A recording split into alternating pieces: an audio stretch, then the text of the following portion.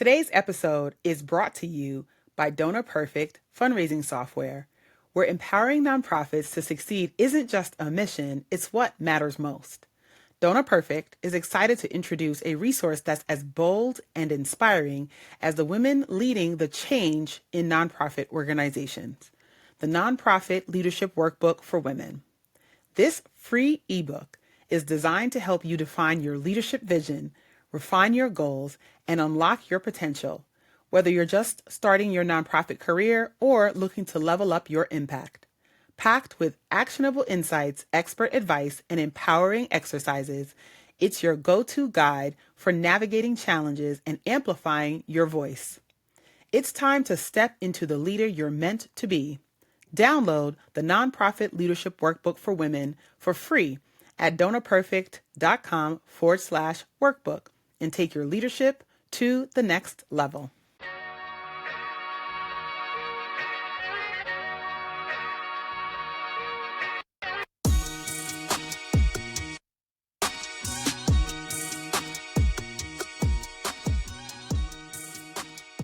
Picture this, my beautiful souls. You're sitting on your couch, scrolling through social media, when suddenly, bam, you realize you've been staring blankly at your phone for an hour. Your back aches, your eyes feel as dry as the Sahara, and surprise, you haven't taken a deep breath since breakfast, if you even had breakfast. Sound familiar? Well, welcome, soul searchers, and I just want you to know, my explorers of the world, this episode is for you. I'm Kishshana Palmer, CEO of Management, where we help everyday leaders just like you live well so that you can lead well. And today's episode is all about spiritual wellness, what it is, why you need it, and how to start your own spirit quest without moving to Bali or religiously stalking your ex on Instagram. Listen, this is a part of our 5-star wellness plan, which is how I have figured out how to really prioritize my wellness and well-being in any season of my life. And I really deeply believe that by doing this, you will be able to slow down in a way that is meaningful to you so that you have a shot at doing more. I want you to do less, right? So today's, what I'll call a sip and chat, because I do have my sippy cup. Shout out to my future mother-in-law who got that for me. I love a good Starbucks cup, y'all. I have to say that I would collect them if I was allowed. Okay, but I'm not. So today's sip and chat centers on understanding what spiritual wellness really means, why your LinkedIn profile does not define your purpose, and finding that elusive inner peace. Yes, even when your outer world is, well, a hot mess. Listen, I'm sure if we sat down together, we've got stories, we've got laughs. Heck, you probably would give me some practical steps. But since I'm just talking to you, I might even have a little challenge for you that you don't want to miss. So make sure you are locked in for the next 20 or so minutes while I talk with you about your spiritual wellness and well-being. And by the end of this episode, you might just trade your stress ball for a crystal ball. All right. Are you buckled in, Golden Girl style? Let's get into it. Okay. So here's what I want to talk about for a little bit. I'm going to call it Spirit Quest 101. So first things first. What exactly is spiritual wellness? Spoiler alert, it's not just about hoarding crystals, diffusing essential oils, or chanting under the new moon. What spiritual wellness actually means is really about finding purpose beyond the daily grind. I want you to think of it as a simple guidepost to figure out what truly means anything to you, what truly matters to you at this stage of your life. It's connecting with something bigger than yourself, whether that's nature, a sense of community, or what I like to call your inner Beyoncé. aka your higher self. Ew. And honestly, it's about finding wonder in the everyday. Whether you're washing dishes or watching another rerun of The Office. Season 4, anyone? I know that show is problematic for a lot of people, y'all, but I feel like almost all sitcoms are, so here we are. My friends, your purpose isn't your job title. Your purpose isn't your job title. How do I know this? Because it took me a long time to figure out that my purpose was not my job title. Okay? Now, that's a tough pill to swallow. I'm not going to hold you. The idea that you are not your job. And I didn't realize how much my identity was connected to my job until I got laid off for the first time. Y'all, I thought the world was about to come to an end. You might just take me now, Lord. Just take me right out. Because I just knew I could go no further. There was no way that I was going to make it, because who am I if I was not fill in the blank? Chief Development Officer, Chief Operating Officer, Chief External Affairs Officer, whatever. It's a tough pill to swallow, man. That I'm not my job. After all this education and schooling and foolishness that I have had to put up with to get to this particular point in my career, and you're telling me? Yeah. So repeat it with me. I am more than my LinkedIn profile.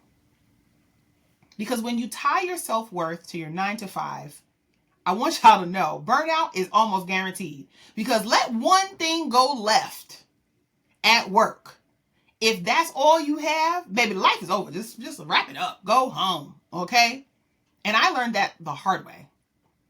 A few years ago, when I tell you I was killing the game, whoo! I was raising money left and right, y'all. Bing, bing, bing. 6, 7-figure gifts. Boom, boom, boom. Crisscrossing the country. I was feeling good. Every time I got on the phone, I was able to close a gift. But I was losing me in the process. We'll talk about that in a little bit. But first, I want to start with your first takeaway. I want to give you a little something. Start small. Redefining your purpose is really tough, because the reality is most of us don't actually really know what our purpose is. We're doing the thing that we've been doing for as long as we've been doing it. And we're not even sure that's the thing we're supposed to really do. But we have bills, mortgages, tuition, car payments. We have stuff. So you mean to tell me that I'm supposed to pivot right now? That's tough. That's a tough sell. It's a tough sell. But if you start small, the thing that I want you to start with is reflecting on your core values. I want you to ask yourself, what does it for me outside of work? What am I unwilling in my heart of hearts? If I was left to my own devices, what am I unwilling to compromise about and on and around? What sparks joy for me? So if you want to start small, start with your core values. And if you're like, Kishshana, I don't really know what my values are, I don't want to tell nobody that out loud because that's kind of embarrassing because I'm grown, it's fine. There are plenty of assessments online that take 37 seconds to narrow it down from all the big words in the sky to about 3 to 5 things that you feel really committed to. I'll give you a couple of mine. Family, number 1. Okay? Legacy, number 2. Community, number 3. It's not in any particular order. Fun is on my list, okay? And well-being. So, and I probably have some other ones, y'all, that are subcategories of each of those big umbrellas. But the reality is, in this season of my life, I can talk to you about how I action my values. So my purpose is really my values in action in this season of my life.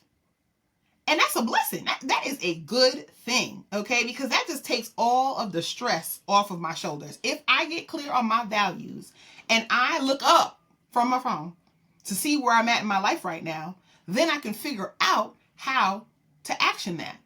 So you might need to actually reconnect with your inner self. And there are a couple of ways that you can just get started, right? First, for those of us who did not have our journals read by our parents when we were kids, therefore we are shell-shocked and also scarred, so we will not journal. journaling like you're having a juicy heart-to-heart with yourself.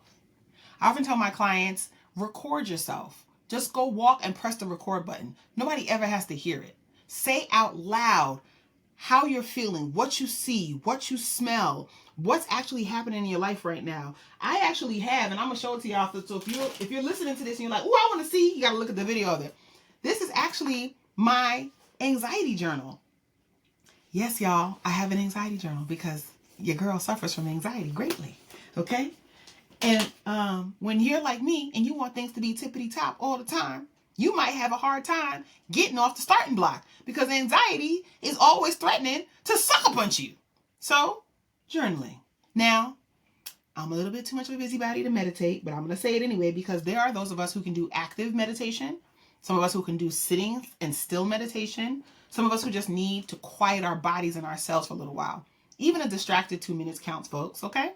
Or just sit quietly and breathe. Now that I can do. You'd be amazed at what your mind has to say when you give it space to take deep inhales and deep exhales. And now, a word from our sponsors at DonorPerfect Fundraising Software, the trusted partner that empowers nonprofits to do more good with less stress. Your mission deserves more than just a tool. It deserves a system that simplifies your daily tasks, keeps your team on the same page, and helps you raise more to make a bigger impact. That's where DonorPerfect comes in. From donor management to online giving, reporting to planning, DonorPerfect has everything you need to streamline operations and grow your community of supporters. Plus, their expert resources help you stay ahead of fundraising trends so you're always ready for what's next. Why wait? Head over to donorperfect.com/start and see how DonorPerfect can help you achieve more faster with confidence. Now, let's move on to my personal glow up story. From workaholism to woo-woo wellness coach. So, all right, y'all. Let's keep it real. Let's continue to have some real talk. My life used to revolve around color-coded spreadsheets, including in my closet. So my clothes are color-coded, and my cabinets are color-coded, and my pots are color-coded. And y'all, I am good at it. Okay? I'm on a roll. I just had a friend who texted me the other day and said, hey, are you still doing space organizing? Because I have a friend. First of all, I do not do that professionally, y'all. But if you come to my house and you open a cabinet, you will see that things are organized in there. Okay? But somewhere between late nights and high stress accomplishments, I lost all of the things that made me me. I didn't like the way I looked in the mirror. I was on autopilot. Even my prayers were on autopilot. Okay? So you have to just cue my wake-up call. And it wasn't glamorous, y'all. And it did not involve chanting in a yoga studio or going to a long weekend to practice Pilates. Instead, it hit me when I realized I couldn't remember the last time I did something just for joy. Like, I didn't even know if I had hobbies. I was like, what am I actually into? And the answer was, I don't know. So I decided to experiment. First stop, picked up a journal. Now, I love writing in books. So I have books everywhere. I have meeting books and journal books, and I have my planner. And I'm one of those people that actually has separate books. So that means my work bag, when I go places, weighs like a 50 to 7-Eleven, 345 pounds, because I have things in there. But guess what? My first pages were just gripes about how tired I was, how pissed off I was, how angry I was, how anxious I felt. But over time, I started seeing some patterns about what actually lit me up and what drained me and frankly drained my soul, right? So fast forward, I had to start moving from routines to rituals and building up some doable rituals. So things like gratitude list in the morning. I don't write it down, y'all. I talk about it in the shower. or that every morning in my shower, I have affirmations that I have written that I actually recorded in my voice that I listen to when I'm in the shower every morning. Or that I end my day with a good mindful stretch. Okay, thinking about what I'm doing, and then I write in my journal about how I'm feeling that day, because I still have lots of days where I'm like, F this mess. I can't stand everybody in the world. And then when I reframe, well, what's a different story you could tell yourself? I'm like, oh, maybe it wasn't that bad. And for me, those weren't too woo-woo. They were life-saving. Okay, small steps, not rushing through my shower. If you've watched me do any of my videos on social media about my skincare, not rushing through my skincare routine in the morning, okay? I have nice bath towels, okay? I use good soap. I take my time, I luxuriate to the point where my mom will call me and she's like, oh, are you still doing your skincare routine? Yes, okay? Because taking simple everyday things and using those moments to really reconnect with my inner self, to really reconnect with, for me, connect with God. For you, it might be with spirit. For some, it might be with ancestors. For some of us, it might be all three. Using those opportunities to re-center myself were life-saving. And spoiler alert, although I like it and I have lots of it, you don't need incense to feel centered, okay? Though no shade if you love it, because I do love it. So there's this thing about work-life balance that continues to kick up dust, particularly at this time of the year when folks are like, new year, new me. I'm doing all these new things. Notice I didn't start out this episode, and if you listen to this entire series, I didn't start out anything with that, because let me tell you something. Everywhere you go, there you are. Hello? Everywhere you go. So I don't believe in work-life balance. I believe in work-life synergy and integration. Forget balance. Balance is overrated. Who actually feels balanced in this hustle culture? Instead, I say, let's aim for synergy and integration. It's all about making life complement each other. Kind of like a PB&J, a beef patty and cocoa bread. Ooh, corned beef and rice. Y'all don't see where I'm going with that? Some of y'all are like, Kishshana, what is happening right now? Listen, you pick your favorite go-together food, and that's what I'm saying. So here's how to make it happen. First, you have to find areas of overlap. Maybe your work lets you express creativity or solve problems. Hello, fulfilling. That's what I would want. So I want you to harness those opportunities. How do you bring that creativity into your personal life? Not bring your work.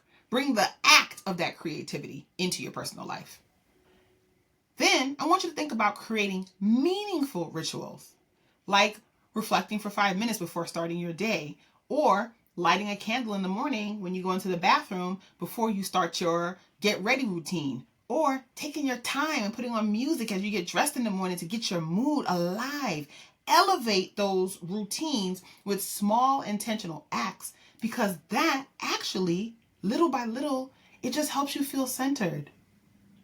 And then I want you to adjust your definition of success. Is it awards, or is it feeling at peace when you close your laptop? Which one is really driving you and driving your definition of success? Because trust me, synergy wins over burnout every day of the week. So, confession time. Who else is obsessed with celebrity spiritual journeys? Eat, Pray, Love, anyone? Or any of the holiday movies that talk about starting over again, or figuring things out, or moving to other ends of the earth, or house swapping, or any other things. Listen, y'all, don't be fooled. Spirituality and finding yourself isn't about expensive retreats, and it's not about, and y'all better not kill me, Swifties, Taylor Swift journaling with a guru named Chad. How about this for inspiration? Oprah swears by gratitude journaling. Will Smith journals to stay grounded. And shout out to Alicia Keys practicing self-love through daily affirmations, which I do. And y'all, it really works. Guess what? You can do the same right from your home. And if journaling doesn't do it for you, don't. And if daily affirmations ain't it, you don't want to talk good to yourself? That's fine. Figure out what does it for you. It could be listening to your favorite playlist. right, y'all? It could be that you got to get that fresh air and walk through the woods. I have a friend of mine who she has to touch the earth every day. What brings you back to spirit? What brings you back to center? Your couch can be as spiritual as any retreat in Bali. It might not be as beautiful, y'all. I'm just saying the scenery in Bali, the country's beautiful. Everything's beautiful there. So, it may not look as good, but it could do the job. Okay? So I promised y'all today might be a little bit of a challenge. So now I'm about to drop it on you. Challenge time. So, growing up Seventh-day Adventist, religion and spirituality had a really clear structure. Sabbath starts on Friday evening. You go to church for choir rehearsal. You're there until choir rehearsal is done. You get up on Saturday morning. You go to Sabbath school. After Sabbath school, you have church service. Then you go home and you have lunch either with your family or you go to another family's house. And then you come back in the afternoon for AYS, which is Adventist Youth Services, where you have church again. There's scripture study during the week for Bible study, and a deep sense of community that shaped a lot of my foundational beliefs. Q, value, family. Hello. But here's the thing. I've learned that the business of religion and the practice of spirituality isn't a one-size-fits-all deal. And some of us, particularly if you grew up in a pretty conservative family, y'all might be running straight for the hills. Shout out to all my PKs that are like, I'm trying to deal with my church hurt. But either way, over time, I started exploring other practices that spoke to something deeper in me than the traditions that I had grown up in. Active meditation became a game changer. Ancestral veneration became a game changer. Pilates and movement, game changer. Getting to the water every quarter to reconnect with my ancestral home, game changer. And as I mentioned, journaling, although for me, journaling about my emotional state is way better than what happened today. It really helped. Take from Oprah. And helped me to start to find beauty in everyday moments. And y'all, guess what? These practices did not replace my faith. They expanded it. I would kind of say, like, now I'm sort of teetering into that Christian plus. Okay? They reminded me that connecting with the divine can happen in so many ways, whether it's in a sanctuary, a quiet corner of my living room, or on a hike staring up at the sky. I gotta admit, y'all, this is a hard thing to talk about because I think that it's something that just makes us uncomfortable to talk about spirituality, but the reality is it's personal, and there is power in talking about it and blending old and new. And I want us to be able to think, if we're going to do a new thing, if we're going to work on our wellness and our well-being when it comes to our spirituality, we've got to be willing to blend. Okay. I said I was going to do a challenge, my woo-woo challenge. So this week, I dare you. Yes, I dare you to try just one spiritual practice. I want you to pick your Baskin-Robbins 31 flavors of woo-woo. And I want you to try something either that you've picked up and put down, or that you've wanted to pick up, but you didn't make space for it, or that you just wanted to try that was new. Start a gratitude journal. Meditate quietly in prayer for 2 minutes. Talk to your plants. Yes, plants love compliments too, and they talk back. You know how they talk back, y'all? They grow. So for all my brown thumbs out there, like me, if I can grow plants, you can grow plants. And there is peace and power in putting your hands in the earth. And the key, I want you to approach it with curiosity and humor. Okay? We listen, y'all, and we don't judge. No judgment here, my friends. Listen, quick story. When I tried energy healing, I laughed the whole time. Okay? I really did. I was like, ding, what is this? But I actually left feeling oddly lighter. The point is, and I went back, y'all. I went back. The point is, you don't know what works for you until you try it a few times. And my dad used to always say, you got to try things at least twice. Except drugs, y'all. I'm not telling y'all to do that, okay? Because as my idol who has gone on to be with the Lord has said, crack is whack, okay? If y'all know who I'm talking about, shout out to you. Look, spiritual wellness isn't about ditching your stress ball for a crystal ball. It's really about listening to your soul. trying small, meaningful actions and leaning into what works for you.